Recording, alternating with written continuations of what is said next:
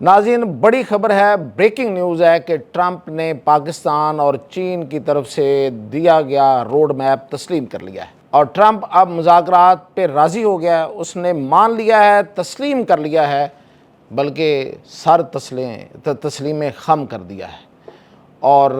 اس کی تصدیق وہ خود کر رہا ہے، اور اس کے ارد گرد بیٹھے ہوئے ہاکس، یعنی کہ وہ جن کے بڑے بڑے منہ تھے، بڑی بڑی آوازوں کے ساتھ جو اس جنگ کو لڑنے کا اور اس کو آگے بڑھانے کی باتیں کر رہے تھے، اب وہ خود ہاتھ جوڑ کے کہہ رہے ہیں کہ ہمیں اس جنگ سے نکلنا ہے۔ اس کی تفصیلات اور کیا ہوا ہے، کون کس پوزیشن میں ہے اس وقت، ان کے اس سارے معاملے پر بات کرنے کے لیے میاں طاہر۔ تو سب سے پہلے تو میں آپ کو بتاؤں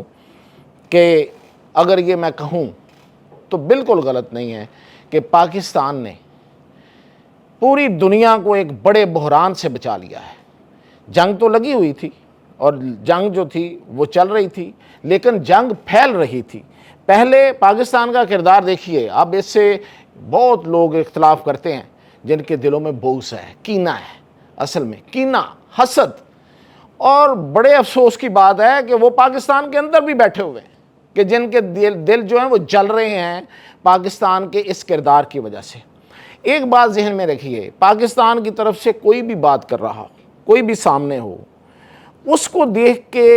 کسی چیز کا فیصلہ کرنا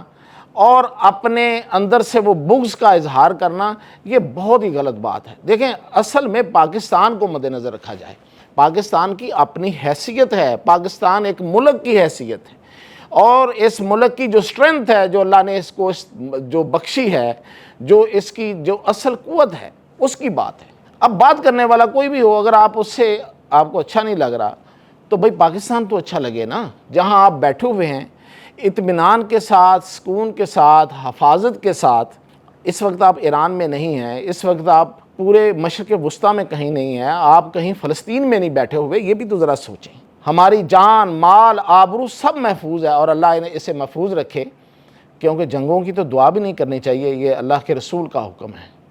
ہاں، جنگ آ جائے تو پھر اسے پورے جگرے کے ساتھ لڑنا چاہیے، یہ اور بات ہے۔ لیکن اب چونکہ ہم ایک بہت بہتر اور بڑے ملک میں، اور جس کا نام ہے اور جس کو اس میں کوئی اب شک نہیں رہا، کوئی نہ مانے تو نہ مانے کہ یہ اللہ کا دیا ہوا انعام ہے ہم مسلمانوں کو یہ ملک، تو اس ملک کے نام پہ یہ ساری عزتیں ہیں، یہ ساری سعادتیں ہیں، یہ ساری ہماری آبروئیں ہیں، تو اسی کی وجہ سے ہے۔ تو اس لیے پاکستان نے اپنا کردار ادا کرتے ہوئے اپنی جو فوجی طاقت ہے اس کے بل بوتے پر اس جنگ کو پہلے تو بڑھنے سے روکا ہے، پھیلنے سے روکا ہے۔ پھر اگر یہ جنگ پھیل جاتی ہے، آپ تصور کریں، اگر یہ اس میں عرب آ جائیں، اس جنگ کو لڑنا شروع کر دیتے، اور عربوں کے پاس اپنے پاس بھی اسلحہ ہے اور لڑنے کے لیے لوگ بھی ہیں، یعنی کہ سعودی عرب کے پاس تو پاکستان ہے نا لڑنے کے لیے، اور دوسروں کے پاس امریکہ ہے، وہ امریکہ کو پیسے لگانے شروع کر دیتے۔ امریکہ کو اس وقت جو سب سے بڑا مسئلہ ہوا ہے اس جنگ میں، وہ یہ ہوا ہے کہ اس کا ساتھ ہی کسی نے نہیں دیا۔ پاکستان سمیت پوری دنیا اس کے خلاف تھی، سوائے ایک اسرائیل کے، جس کی وجہ سے وہ اس جنگ میں آیا۔ اس کے علاوہ تو کوئی ساتھ نہیں ہوا نا اس کے اپنے جو بہت پرانے تھے، اس کے پرانے ساتھی، وہ اس سے دور ہو گئے، اور خیر اس کی اپنی وجہ سے ہوئے۔ ایون آپ تصور کریں، پولینڈ جیسے چھوٹے ملک کو اس نے کہا کہ ہمیں اپنا جو ڈیفنس کا سسٹم ہے، فضائی ڈیفنس کا، ایئر ڈیفنس کا، وہ ایک دے دو۔ اس نے کہا چل کون ہے تو بھائی، ہمارے اپنا کام ہے، ہم نہیں دیں گے کسی اور کو۔ پولینڈ نے جواب دے دیا۔ یہ حالت ہے اس امریکہ کی۔ تو اس جنگ کو اگر فرض کریں یہ جنگ میں عرب آ جاتے تو کیا ہونا تھا؟ ایک تو اس جنگ نے پھیلنا تھا، مسلمان ایک دوسرے کو مار رہے ہوتے، دوسرا پاکستان سمیت تمام اسلامی ملکوں میں اندرونی انتشار ہوتا، سول وار ہوتی، فرقہ وارانہ فسادات ہوتے۔ تو ایک تو پاکستان نے اس کو روکا، اس کو پھیلنے سے روکا، اپنا کردار ادا کیا، اور ہر دو جگہ پہ، یعنی کہ ایران کی طرف بھی، سعودی عرب کی طرف بھی، اور پورے وزن کے ساتھ کہا کہ نہیں، اس جنگ کو ہم نے نہیں پھیلنے دینا، ہم نے دشمن کے ایجنڈے کو پورا نہیں ہونے دینا۔ تو بڑی مہربانی ہے، دونوں ملکوں نے سمجھا۔ دوسرا، اب پاکستان پھر اس میں آیا اور اس نے مسلمان ملکوں کو اکٹھا کیا، اور چائنا کو اپنے ساتھ لیا۔ اب جو اسحاق ڈار ہیں اس وقت چائنا میں ہیں، تو دراصل جو چائنا اور پاکستان کا جو ایک مشترکہ اعلامیہ جاری ہوا ہے نا، یہ اس جنگ کا اصل میں حل تھا۔ یہ اسی وقت میں نے تو کہہ دیا تھا، خیر آپ سے بات اب ہو رہی ہے، کہ دراصل یہ ہے اصل میں اس جنگ کا اعلامیہ، جنگ کے خاتمے کا اعلامیہ یہ ہے، کیونکہ دونوں طرف کہا گیا کہ حملے بند کرو اور سیز فائر ہونا چاہیے۔ تو اب یہ اس کا کہنا تھا کہ ساتھ ہی آپ دیکھیے کہ ابھی ٹرمپ کا بیان آ گیا ہے کہ ہاں ہمارے مذاکرات ہو رہے ہیں،